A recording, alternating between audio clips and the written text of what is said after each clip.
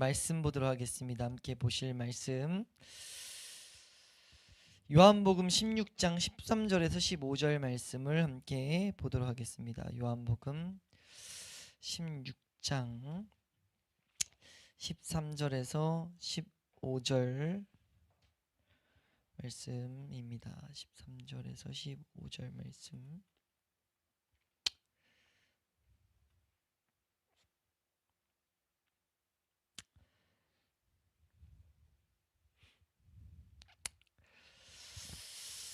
한 목소리로 합독하도록 하겠습니다. 함께 읽습니다. 시작.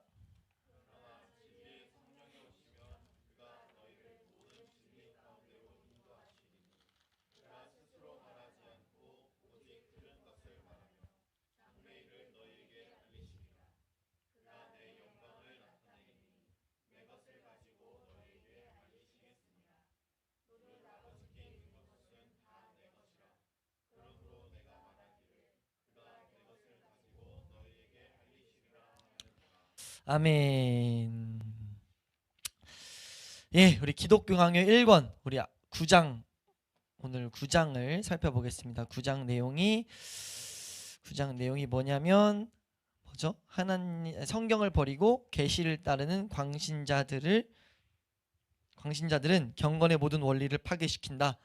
이런 제목을 붙여놨는데 우리가 이 말씀 이 텍스트에서 뭘 말하는지를 우리가 함께 공부하도록 하겠습니다. 9장 1절에서 제목이 이거예요.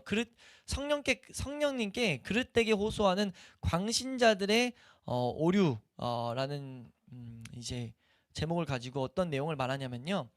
성경을 버리고 어떤 이런저런 다른 길을 통해 가지고 하나님 앞에 도달할 수 있다고 상상하는 자들이 있다는 거죠. 상상을 한다는 건 뭐냐면 실제 그렇게 신앙생활을 한다는 거예요. 근데 그거를 진단하는데 그거는 오류가 아니다. 그건 오류가 아니고 광신이다 라고 진단을 해요. 그러니까 하나님을 실제로 그렇게 행동하고 있기 때문에 말씀만을 진리로 붙들고 가다가 오류에 빠진 게 아니고 그걸 믿고 그렇게 신앙생활을 하고 있는 거죠. 이거는 대단히 심각한 광신이다. 이게 잘못 믿는 거죠. 이방신들이 하는 것처럼 잘못된 믿음 가운데 있다는 거죠. 그래서 이 당시 저 이 부분을 보면서도 많이 좀 놀랐는데 아까 나한테 잠깐 언급했던 내용인데 이 당시 1500년 당시에 이런 표현을 써요. 최근 아주 경솔한 사람들이 일어났다라고 말해요. 근데 이 최근이 지금도 똑같습니다. 지금도 아주 우리에게 하는 말 같은데 어떤 말을 하냐면은 성령님의 우월성을 되게 과시한다는 거죠. 성령님. 쉽게 말하면 성령이면 다 된다. 우리 기도할 때 성령 받으면 다 된다. 이런 표현 많이 보는데 이거 전적으로 잘못됐다는 겁니다. 절대 나오면 안 되는 메시지예요. 성립될 수 없는 말입니다. 광신이에요. 광신. 지금 성령님을 광신하고 있는 거죠. 성령님으로는 다 된다. 근데 그게 말 자체는 맞죠. 성령님으로 다 돼요. 근데 올바른 길 안에 서 있다면 올바른 길 안에 서 있고 한다면 근데 진짜 말 자체로 텍스트 자체로 성령님이면 다 돼. 모든 은혜의 길조차 라고 한다면 이거는 광신이에요. 그걸 이제 뭐라고 말하냐면 이런 지적을 그래서 좀 첨언을 합니다. 어떤 설명을 하냐면 칼빈은 이렇게 말해요. 그들이 그렇게 성령을 우월하게 높인 사람들은 그들의 표현대로 하면은 성경을 막 읽고 교리를 막 알아가려고 하는 자들을 영혼을 죽이는 율법 조문을 따르는 사람들이다 라고 평가한다는 거죠. 실제 그러거든요. 성령 받으려면 뭐 해야 되면 1번 뭐 해야 돼요? 혹시 좀 아시면? 성령 받으려면 제일 먼저 뭐 해야 돼요? 기도를 많이 해야죠. 기도가 나에게 그 파송소크 할 때까지 기도를 해야 돼요. 뭔가 내가 그런 상태에 들어갈 때까지. 근데 이거는 제가 이제 공부하면서 이제 알게 된 것은 이방 종교에도 있어요. 그런 명상이라고 하죠. 그런 상태, 어떤 그 상태를 철학적인 용어로도 쓰던데 그런 상태로 빠질 수가 있습니다. 이 세상 자연 신앙도요. 이 세상에 거짓 신을 섬기는 신앙도요. 그런 상태에 빠질 수가 있어요. 그러니까 이 우리나라에도 뭐 멀리 갈 필요 없이 명상 많이 하면은 마음의 차분함을 얻고 막 이런 것들 할 수 있잖아요. 기운동 막 이런 것들 들어보셨어요? 우리나라에 이제 근데 그런 모습들이 이제 오게 되는데 그런 것들을 경험하고 나니까 뭐 하냐면은 말씀 앞에서 뭔가 하나님을 찾아가는 사람들을 보고 뭐라고 하냐면 영혼을 죽이는 일이라고 평가를 해버려요. 그 사람들이. 그러면서 무슨 말을 하냐면 단순하다 너무 그런 단순함을 조롱하는 거죠. 너 뭐도 없잖아. 너 해봤어? 제가 이거 말했더니 그 입에 딱 붙어서 파송송 하면서 성령 받아봤어? 성령님이 파 썰 때 임재하는 거 느껴봤어? 알아? 너 성경 읽을 때 성령님이 내 안에서 말씀하셔서 내 마음을 감동케 하는 거 뭔지 알아? 어? 그걸 맛봐야 성령님을 아는 거지. 성령님 어디서 성경을 읽으면서 찾고 있어? 이런 식으로 단순함을 조롱하는 거예요. 그러니까 그러면서 그들이 뭐라고 하냐면은 그런 말들이 이제 조롱하니까 그들을 보고 칼빈이 뭐라고 하냐면, 칼빈이 그런 모습을 보면서 성령님을 올바로 알고 있으니까, 만약 우리도 알고 이제 우리도 배운다면, 올바로 배우니까, 미안해요 말 계속 급해가지고 근데 이제 우리도 이걸 안다면 이렇게 말할 수 있어야 돼요. 칼빈은 너무 이거 알다 보니까, 하나님이 누구신지 알고 성령님이 누구신지 알다 보니까 이렇게밖에 말할 수가 없었다는 거죠. 그들에게 물어보고 싶다는 거예요. 물어보고 싶은 게 뭐냐면, 아니 어떻게 그들을 그렇게 높이 끌어올려 가지고 그들이 칼빈이 보기엔 그런 거죠. 그들을 높이 끌어올려서 뭔가 감히 성경의 교리를 유치하고 조잡스럽고 격렬하게 만드는 그런 발들을 하게 하는 것, 그렇게까지. 왜냐면 성경을 그렇게 유치하고 조잡스럽다고 말하려면은 그거보다 올라가야 되잖아요. 성경의 교리보다는 올라가야 되잖아요. 높이 있어야 되잖아. 그렇게 만드는 영이 무엇인지를 물어보고 싶다고 이 지금 9장을 시작해요. 네. 그래서 만일 근데 그들이 대답을 하는데, 나 당연히 예수 그리스도의 영이지, 하나님이 주신 영이지 라고 말하면, 뭐라고 하냐면 그건 진짜 우스꽝스러운 일이야. 칼빈이 우스꽝스러운 일로 진단을 합니다. 말도 안 된다는 거죠. 성령 아니라는 거예요. 착각하고 있다는 거죠. 그러니까 그것을 우리 교회는 알아야 된다는 겁니다. 왜냐하면 그러면 세 가지의 그 진단을 내려요. 9장 1절에서 왜 그게 광신이냐, 성령이 아니냐라고 했을 때, 1번 사도들이 그렇게 하지 않았다는 거죠. 사도들 이건 동의하지 않냐? 그들도 동의할 거다. 사도들에겐 성령이 임하셨다는 거. 초대교회 성령이 임하셨잖아. 근데 그 사도들은 한결같이 성령 충만한 모든 자들은 성경을 너무 중요시했다. 성경 읽기와 성경에서 가르치는 중요한 교리를 절대 왜곡되지 않게 만들었다. 그들의 사도성을 지켰다는 거죠. 교리적인 메시지를 지켰다는 거예요. 그래서 오히려 그들을 통해서, 성령 충만한 자들을 통해서 성경의 권위를 더욱더 드높였다. 근데 같은 영이라면서 성경의 권위를 낮춘다? 동의할 수 없다는 거죠. 그리고 두 번째로 어떤 예를 드냐면, 선지자들이 그랬다. 선지자. 우리 말씀 하나 읽으면요, 우리 저번에도 한번 읽었던 말씀인데 이사야서 59장 21절 말씀입니다. 선지자들이 그랬는데, 특히 이사야 선지자가 이것을 예언했다. 무엇이냐? 성령이 임했을 때 이런 언급을 하죠. 우리 59장 21절입니다. 시작.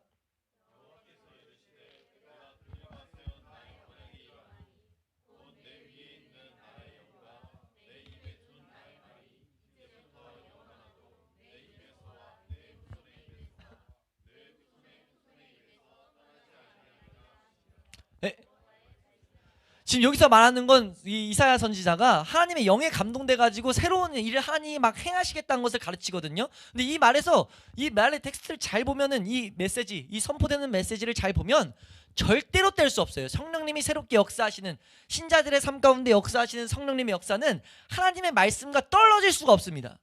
근데 하나님의 말씀과 떨어지게 만드는 자칭 성령을 추종하는 자들이, 성령을 충만하다는 자들이 성경을 갈라치게 한다는 건, 그건 정말 악하고 참남할 일이 아닐 수가 없다. 이건 악한 행동이다. 악한 행동. 성령일 수 없다라고 우리 선언하고 있어요. 우린 이걸 정확히 알아야 되죠. 우린 이제 정확히 진단해야 됩니다. 그건 성령일 수가 없어요. 그건 악하고 참난한 일이라는 거죠. 그러면 세 번째 진단은 어떻게 되느냐면은, 우리 성경을 13권, 14권이나 쓴 바울에 대해서, 특별히 바울은 이 부분을 가지고도 많은 목회자들이 정확한 진단을 잘하는데, 바울이 삼층천에 올라갔단 말이에요. 삼층천은 어떻게 보면 천국의 비밀들을 보고 왔다라고 봐도 무방하거든요. 바울은 근데 그걸 자랑하지 않아요. 근데 이 시대에 성령 충만하다고 하는 사람들은 대부분 뭘 자랑하냐면 자신의 체험들을 자꾸 자랑한단 말이에요. 이거 자체가 성경적이지 않다는 거죠. 사도는 그렇게 삼층천에 올라갔음에도 불구하고 사도 바울의 입에서 계속 우리 쪽 표현으로 거품 물도록 자랑했던 건 뭡니까? 십자가와, 다시 따지면 십자가로 인도하는 성경밖에 없어요. 이 대목에 바울이 자기의 제자라고 볼 수 있는, 어떻게 보면 수제자라고 볼 수 있는 디모데에게 모든 자신의 중심 사상을 가르치는 성경, 디모데 전후서에서 무엇을 가르치냐면 성경의 권위를 뒤높입니다.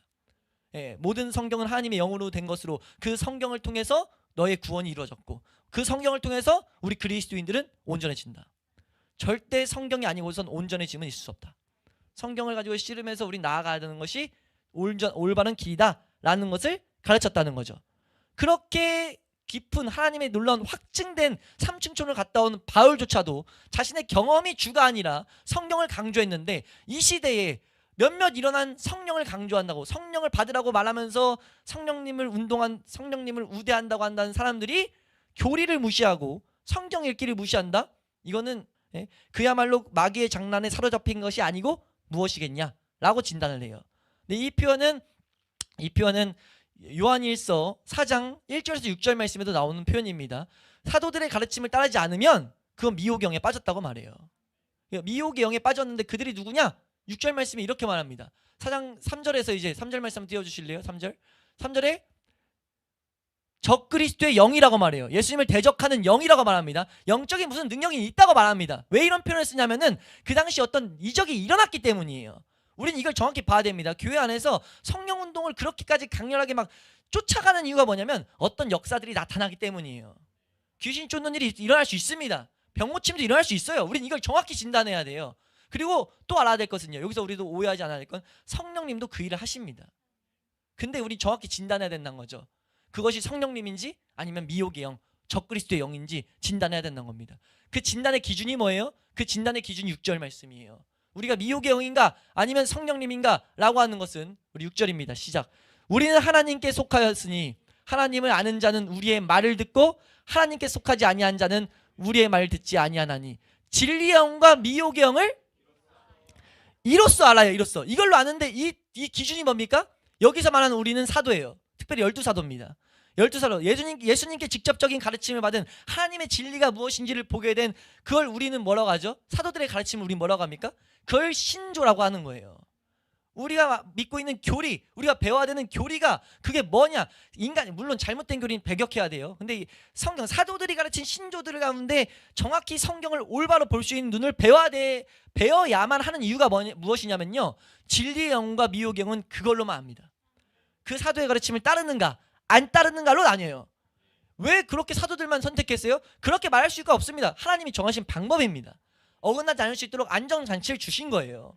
우리가 우리 인간의 이 완악함을 아시기 때문에 뭐 하나만 있어도 내 것으로 삼으려는 게 있다는 그 악한 본성을 아셔가지고 성령님이 역사하시는 걸 보고 지금 이 시대에도 이 가르침을 따르지 않고 미혹영을 딱 빠진 사람들 보면 어떻게 되냐면 어떤 역사가 나타나면 무조건 내가 했다는 거예요. 내 개체가 돼요. 그게 이단으로 가는 1번이잖아요. 그게 교회 안에서 그렇게 일어난다는 거죠. 우리가 뭐 이제 놀라운 장소, 우리에겐 뭐 특별한 은혜를 주셨다, 뭐 이런 것들. 네? 그게 지금 언제부터 있었다고요? 지금 우리 주변에 너무 많은데 이게 1500년대부터 있었다는 거예요. 우린 정확히 진단해야 될 줄로 믿습니다. 그건 마귀의 장난에 사로잡힌 것이다 라고 설명하고 있다는 거예요. 그러면서 이런 말을 해요. 제가 이런 텍스트를 읽고는 우리 지금 이 시대는 이걸 자랑하는데 라고 했는데 뭐 어떤 표현을 쓰냐면, 근데 그들이 그것을 자랑할 정도로 광신에 빠져 있지는 않을 것이라 생각한다 라고 칼빈은 말해요. 그러니까 무엇을 자랑하는 거냐면은 교의를 떠나게 만드는, 막 교리 막 다 틀렸어, 무시하게 하는데 그것들을 막 자랑까지는 안 하지 않을까? 이렇게 말은 하는데 이 시대는 자랑하죠. 교리를 떠나고 우린 교리 없이도 성령님으로 충만하다, 뭐 이런 것들, 성경 좀 몰라도 성령님은 다 되는 거지, 뭐 이런 식으로 가르치는 내용들을 이게 잘하고 있다고, 좀 성령의 뭔가 더 높은 위치에 올라간 것처럼 말하는 그런 자랑스러운 말이 없을 거라고 생각하는데, 여기는 우리 지금 이 시대 옆에 보면 그런 것들이 있다는 거죠. 그런 것들을 우리는 보면서, 근데 칼빈도 사실 이거 말하면서는 배경에는 이제 그런 마음은 있었을 거라고 저는 생각을 어느 정도 하긴 했는데, 아무튼 이제 그것이 이제 9장 1절의 내용입니다. 1절에서 윤곽을 뜨는 내용이 뭐냐면, 우리 주변에 광신이 있다, 미혹의 영에 빠진 모습이 너무 많다. 그리고 이것은 문제가 뭐냐면 성경의 능력을 방해해요. 우리가 성경의 능력을 공급받는 걸 방해합니다. 이걸 이제 3절 말씀에서 우리가 좀 봐야 되는, 3절 다루는 내용을 통해서 좀 봐야 되는데, 그거 전에 2절에 잠깐 뭘 다루고 가냐면 한번 따라가요. 성령은 반드시 성경과 일치하신다. 성령님은 성령님과 일치해요. 이것을 우리 잊으면 안 된다는 겁니다. 그러니까 성령님이 아니고서는 우리 뭐예요? 이 앞에서 다룬 내용이 뭐였습니까? 성령님이 아니고서는 성경을 올바로 깨달을 수가 없어요. 그러니까 성령의 능력이 반드시 필요합니다. 그러면서 이제 우리가 거기서 조심해야 될 것이, 여기서 이런 말들을 한다는 거예요. 그 성령을 강조하는 사람들이 성령님이 어떻게 통제받을 수 있냐, 하나님의 영인데 그 무엇에도 통제받지 않는다. 어떻게 이러면서 좀 오해하는 게 사람들이 만들어 놓은 교리에 어떻게 통제받느냐 이런 식으로 비교를 해버려요. 근데 이건 교리란 걸 잘 몰라서 하는 내용이죠. 교리는 성경을 올바로 알고자 하는 눈입니다. 인간이 만들어낸 교리를 여기서 말하는 게 아니에요. 성경을 좀 더 올바로 알고자 한다는 거죠. 근데 그렇게 했을 때는 이건 말이 안 되는 거예요. 그러면서도 이런 표현까지 쓴다는 거예요. 어떻게 성령님을 그런 이 세상의 것들로 예속시킬 수 있냐. 성령님은 성령님만으로 계시는 거지 어떻게 그러냐 라고 했을 때 우린 이걸 먼저 정리해야 된다. 이 개념을 알아야 된다. 성령님은 성경과 동일하신 분이야. 그러니까 이걸 어떻게 표현하냐면은 이렇게 설명해요. 성령님은 성경의 저자이며 동시에 자기 자신을 다르게 변하게 하실 수가 없어요. 한결같으신 분이죠. 근데 그 한결같으신 분들을 사람이 정확히 알 수 있습니까 없습니까? 성령님을 몰라요. 그렇기 때문에 그분을 동일하게 알 수 있도록 뭐 하셨냐면 성경에 자신을 계시해 놨어요. 그러니까 성경에 계시한 대로 계시는 분이에요. 변화되지 않습니다. 그러니까 성경과 성령은 동일 일치하다는 것을 우리 알아야 된다는 거죠. 그러니까 성경이 아니고서는 성령님을 제대로 알 수가 없습니다. 근데 성령님을 안다고 하는 사람들이 성경을 무시한다? 이건 성령님을 모른다는 내용이죠. 우린 이 구분을 정확히 들 수 있어야 된다는 거예요.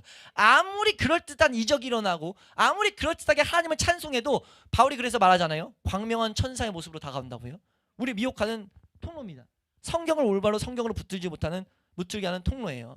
그러니까 우리가 하나님께 나아가기 위해서는 반드시 성경이 필요해요. 우리가 앞에서 다룬 내용이 그거잖아요. 성경이 아니고서는 하나님께 나갈 수가 없습니다. 근데 그 성경이 능력되기 위해서는 성령이 아니면 안 돼요. 그 일을 위해서 성령님은 오신 거죠. 오늘 본문 말씀이 그걸 가르치잖아요. 요한복음 3장 말씀에 뭘 가르쳤습니까? 요한복음 16장 말씀에 다시 한번 본문을 읽어보시면 성령님이 오시면 뭐 하는지 이 사역을 제대로 알라는 거죠. 우리 13절에서 15절 말씀입니다. 13절에서 15절 말씀 함께 읽습니다. 시작.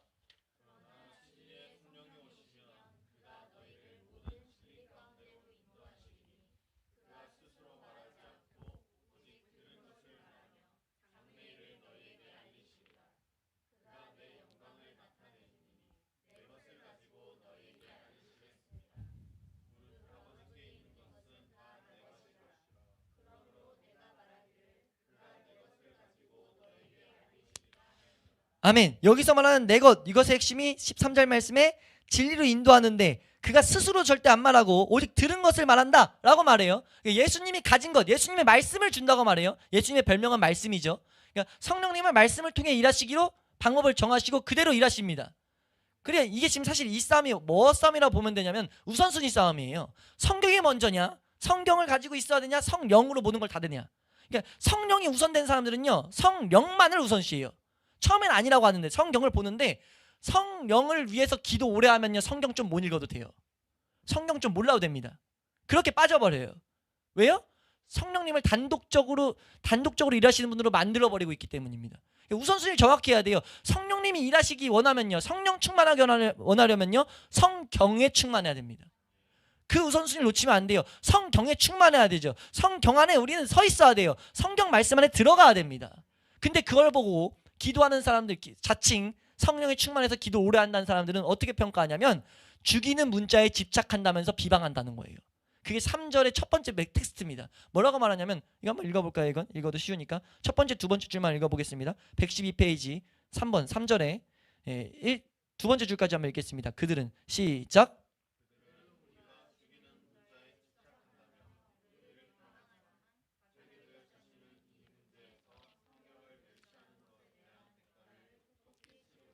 네, 성경을 멸시하는 것에 대한 대가를 톡톡히 치르고 있죠. 어떻게 치릅니까?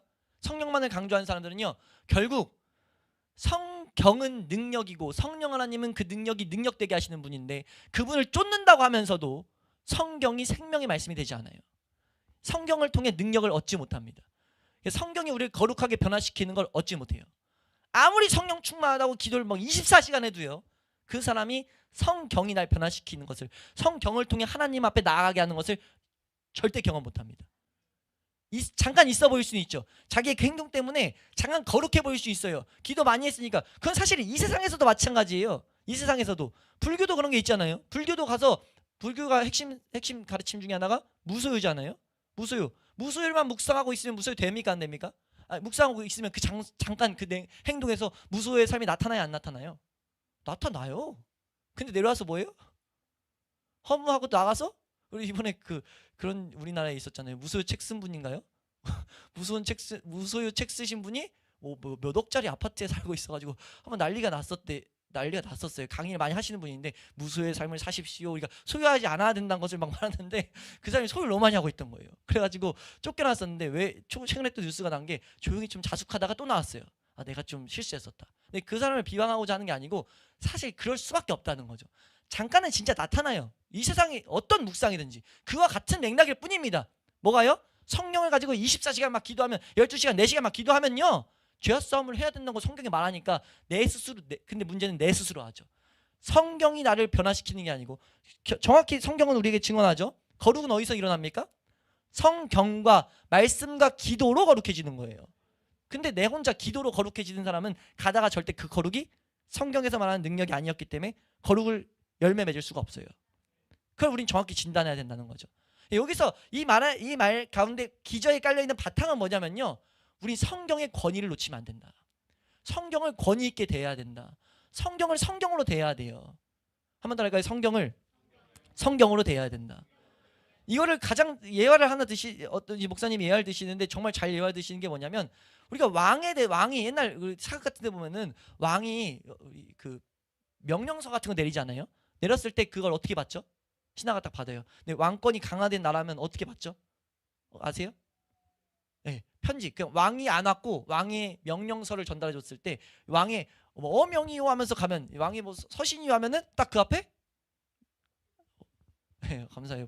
뭔가 보셔서 뭔가 좀 보셨을 거 아니에요. 딱 하면 뭐예요? 딱 이미 안 나 왜 이렇게 많이 봐서 그렇게 딱 정확히 그려지는데, 네, 딱 누르면 이렇게 딱 받아요. 그게 뭐 하는 겁니까? 왕의 권위를 인정하는 거예요. 이해되세요? 근데 왕의 권위를 인정하는데 우리가 이걸 알아야 돼요. 그러니까 하나님의 권위, 성경을 하나님 말씀을 인정한다. 하나님 말씀으로 내가 이걸 내가 권위로 받아들인다. 이것과 하나님 말씀의 권위를 인정하는 건 좀 다를 수 있어요. 그러니까 달라질 수 있다는 거죠. 그럼 무슨 말이냐면, 하나님 말씀의 권위를 내가 인정하고 있다면 왕이 어떤 명령을 하든 그 말이 이제 그 말 자체가 이와 비슷한 거예요. 그 말 자체가 뭔가 능력이라고 한다면 그대로 해야 되는데, 어명이 좀 뭔가 말이 마음에 안 들 때 어길 수도 있다는 거죠. 그럼 어기면 사실 그 말 자체의 권위는 인정 안 한 거거든요. 그러니까 마치 우리나라에 그런 역사가 있었다고 해요. 이순신 장군이 그 당시에 왕의 어명을 어겼죠. 왜요? 지금 외적과 싸워야 되는데 왕은 싸우지 말라고 하고 뭐 이런 게 있다 보니까 나를 지켜야 되니까 싸웠단 말이에요. 그래서 지금 이제 뭐 영웅으로 이제 우리 칭송받는데, 그 당시에 뭐예요? 그 당시 근데 이순신이 받을 때, 그 왕이 명령서를 받을 때 무릎 꿇고 다 했다는 거예요. 하긴 했는데 말 안 지켰어요. 이게 지금 이런 차이가 있을 수 있다는 거죠. 이게 지금 성경의 권위에 우리의 접목시켜야 될 하나의 내용이라고 설명을 하는데 정말 잘 설명된 이제 그 예화인 것 같아요. 뭐냐면, 성경을 우리가 하나님 말씀이라 인정할 수는 있어요. 근데 내 삶에 권위 있게 성경을 안 받아들일 수 있다는 거죠. 무슨 말입니까? 성경대로 안 사는 거. 성경이 모든 답의 기준이, 내 삶의 기준인 것으로 여기었다면은 모든 답을 성경에서 찾아야 되는데 우리가 그러지 않을 때가 많다는 거죠. 모든 문제를 성경에서 답을 찾으려고 합니까? 우리 그렇게 성경 대해야 된다는 거예요. 단지 그것이 능력 안 됐던 것은 성령의 조명으로 내가 깨닫지 못해서일 뿐인데, 내가 딴 데서 자꾸 답을 찾는다는 거죠. 그래서 미혹의 영이 자꾸 뭐 합니까? 미혹해서 너가 뭐 부족해서 그래, 너가 뭐 기도 안 해서 그래, 너가 뭐 더 행동에서 죄와 싸움을 안 해서 그래, 뭐 죄들이 남아있어, 뭔가 다른 뭘 계속 갖다 붙이다는 거죠. 아니요, 성경은 한결같이 뭘 말하냐면요, 말씀과 기도로 우린 거룩해진다는 거예요. 말씀 가지고 씨름하면서 은혜를 구하는 그 올바른 은혜의 길 가운데 서 있을 때 우리의 삶은 변할 수밖에 없다는 겁니다. 하나님이 정하신 그 방법 가운데 들어가 있을 때 우리 삶은 변할 수밖에 없다는 거예요. 그걸 믿고 그 원리에 내 삶을 의탁하는 게 성경의 권위에 우리가 철저히 굴복되어 있는 거죠. 말씀과 내 삶이 일치가 안 될 때 무조건 우린 붙들고 기도하는 거예요. 성령님 깨닫게 해주세요. 성령님 조명해 주세요. 성령님 이 가운데 어떻게 해야 말씀대로 살 수 있는지 알려주세요. 서로 사랑하라고 했는데 서로 사랑이 안 됩니다. 성경은 진리인데 내 삶이 안 된다는 것을 철저히 꼬리 물고 치열하게 씨름이 나와야 된다는 거죠. 씨름이 왜 안 나옵니까? 성경의 성경을 성경으로 우리가 권위 세우고 있지 않다는 거예요. 그래서 이 앞에 7장 8장에 그렇게 성경의 권위에 대해서 이 칼빈은 언급한 겁니다. 성경은 스스로 권위를 자기가 충분히 나타내고 있다. 하나님 말씀임을 나타내고 있다. 그러니까 우리는 이 하나님 말씀이 하나님 말씀인 걸 알아야 된다라고 가르쳤다는 거죠. 그러면서 이 7장 여기서 이제 언급하는데 3절에서 조금 앞에 이 중간 텍스트에 이런 말이 나와요. 조금 앞에서 말한 내용. 이게 뭐냐면 여기 각주에 달려 있어요. 7장 4절 5절이었다는 거죠. 4절 5절은 성경은 성령님의 내적 조명을 통해서만 가능하다. 이 흐름이 지금 이해되세요? 그러니까 7장에서 어떤 내용이 있었냐면 성경이 하나님 앞에 인도하는 분명히 능력이 있는 건 맞는데 성령의 내적 조명이 없으면 안 된다를 언급했어요. 거기서 지금 이 9장이 등장한 겁니다. 왜요? 성령님이 분명 역사하시는데 역사하시다 보니까 독립적으로 자꾸 나가는 사람들이 생겼다는 거죠. 그걸 우린 경계를 할 필요가 있다는 거죠. 그럼 그 경계가 우리가 지금 이 말씀을 통해서 지금 마무리해가는 입장에서 지금 이 9장을 마무리해가는 건데 제가 마무리한 입장에서 지금 이걸 쭉 설명드린 이유가 뭐냐면 이걸 이렇게 광신자들을 본 이유는 뭐냐면 그들을 비판하라고 본 게 아니고 우리가 해야 될 거는 성경의 권위를 제대로 인정하고 성령님을 제대로 우리가 구해야 된다는 거예요. 성령의 능력을 사모해야 된다는 겁니다. 성령님은 지금도 역사하시는 분이에요. 성령님은 충분히 아까 잠깐 말씀드렸던 것처럼 병고침을 줄 수 있습니다. 내 삶 가운데 기적을 행하실 수 있어요. 뭐 하는 자들에게요? 말씀의 권위를 따라 사는 자들에게. 말씀의 권위를 따라 사는데 그 사람에게 하나님이 권위를 나타내시기 위해서 어떤 질병이 있을 수 있단 말이에요. 그럼 그 사람에게 말씀의 권위에 있는 사람에게 그 사람이 올바로 은혜 가운데 그런 기도를 한다면 그 사람에게는 이적이 충분히 나타날 수 있습니다. 우리는 그것조차 부인하면 안 돼요. 이 3절에서 마지막에 가르친 내용이 3절의 요약이 그겁니다. 3절은 이거예요. 성령과 말씀은 함께 역사한다. 우리 놓치면 안 되는 게 성령님의 이런 수많은 오류들을 통해서 마귀는 뭐하게 하냐면 지금 실제 이 시대에 개혁주의라고 하는 이 개혁주의에서 제일 위험은 뭐냐면요. 개혁주의 위험은 성령의 역사를 많이 부인해요. 성령님 역사가 실제로 이 교리를 쫓아가는 사람들이 이건 제 말이 아닙니다. 칼빈이라든지 칼빈을 해석한 사람들이 하는 말이 뭐냐면 교리를 쫓아가는 사람들이 뭘 말하냐면은 성령의 역사는 초대교회로 끝났다는 거예요. 이런 말들을 참 많이 합니다. 개혁주의의 입장에 있는 사람들이 교리만을 쫓아가는 사람들이 이것도 정말 큰 독이라는 거죠. 네? 그렇게 아무리 성경을 올바로 쫓아가도요 성령님이 아니면 말씀은 능력될 수가 없습니다. 아무리 올바로 알아도 결국은 이 말씀들이 능력되기 위해선 내 삶에 영향을 끼치기 위해선 기도가 아니면 안 돼요. 성령님을 구해야 된다는 거죠. 네? 우리는 전혀 다른 진지함이 그래서 마지막이 이겁니다. 하나님의 자녀들은 그 광신자들과 전혀 다른 진지함이 있어야 되긴 있어야 돼요. 그 진지함이 뭡니까? 성령이 없이는 진리의 모든 빛을 다 잃어버리는 것으로 우리는 알아야 된다. 이걸 말합니다. 진리의 빛의 모든 빛을 다 잃어버릴 수밖에 없어요. 그러니까 우리가 이 성령의 조명을 구하는 삶을 항상 추구하고 삶에서 놓치면 안 된다는 것을 잊지 않을 수 있기를 축원합니다. 예. 또한 반대로 또 이게 상호작용을 일으키죠. 말씀이 바로 우리 주께서 그의 성령의 조명하심을 신자들에게 베푸시는 도구라는 것. 예. 그러니까 성령의 조명을 구해요? 그럼 말씀 안에 있으면 된다. 성령님이 동행하는 거 맞거든요. 말 그대로. 성령이면 다 된다. 아까 시작할 때 말씀드렸잖아요. 성령이면 다 된다. 맞아요. 근데 그게 성령이면 다 되는데 그 성령이 진리의 영인지 어떻게 아냐는 거죠. 그 진리의 성령의 조명, 진리의 조명을 받기 위해선 말씀이다. 말씀이 결국 우리를 그 신자들로 하여금 성령의 조명하심을 베푸시는 도구라는 것을 잘 알아야 마땅한 거다라고 말합니다. 이해되세요? 우리 한번 이 마지막 세 줄만 한번 읽어보겠습니다. 신자들이 아는 성령은 위에부터 읽을까요? 제가 말씀드렸지만 또 한부터 113페이지 마지막 문단을 다 한번 같이 읽으시죠. 설명을 드렸지만 다 한번 읽겠습니다. 시작. 하나님의 자녀들로서는 이런 것과 전혀 다른 진지함이 있어야 된다. 성령님을 제대로 구해야 된다는 거죠. 우리도. 근데 그 이어서 읽습니다. 시작. 하나님의 성령이 없이는 진리의 모든 빛을 다 잃어버리는 것으로 아는 것처럼 또한 말씀이 바로 주께서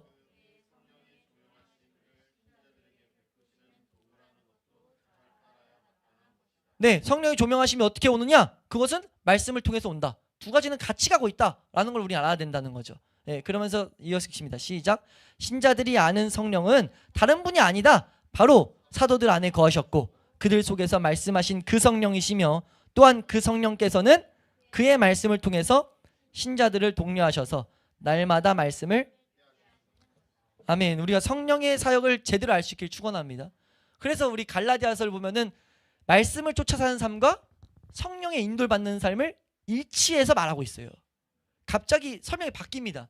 바울이 설명을 쭉 하는데 말씀 따라 살아야 되는 것을 계속 가르치는데 어느 순간부터 그게 성령의 인도라고 말을 해서 제대로 이걸 흐름을 놓치면은 다른 것을 해야 되나? 라고 착각을 일으킬 수가 있어요. 성령의 인도를 받는 것과 말씀에 따라 사는 게 다른 건가라고 착각을 일으킬 수 있는데 동의어입니다. 동의어. 그 뒤에 설명하는 게 똑같아요. 그러니까 말씀에 인도하는 받는 것은 이런 거야 라고 했고 성령의 인도함 받는 건 이런 거야 했는데 그 내용이 똑같아요. 그럼 뭘 말하는 거냐면 이 두 개는 똑같다는 거죠. 성령의 인도는 말씀의 인도입니다. 우린 이것에서 벗어나면 안 된다는 거죠. 근데 문제는 뭐예요? 벗어나게 하는 수많은 미혹의 영이 2000년 전부터 다시 2000년 전부터 꾸준히 있었고 500년 전에도 있었고 지금도 풍성히 있고 마지막 때가 다가올수록 미혹의 영은 더욱더 풍성히 일할 거예요. 그것을 가르친 성경이 우리 아까 읽었던 요한일서 말씀입니다. 우리가 그것을 알아서 이 마지막 때에 혼미해져서 이곳에서 예수님 말씀하셨잖아요. 저기서 예수님 나타났다. 저기서 예수님 나타났다. 그런 말에 미혹당하지 않고 우리가 우리 안에서 내 안에서 지금 내가 하나님을 올바로 쫓고 있는 그 증거들을 성령님이 내 안에 계심을 또다시 보고 살아갈 수 있는 그것을 증거를 얻으며 살아갈 수 있는 우리 모든 예배자들 될 수 있기를 소망합니다.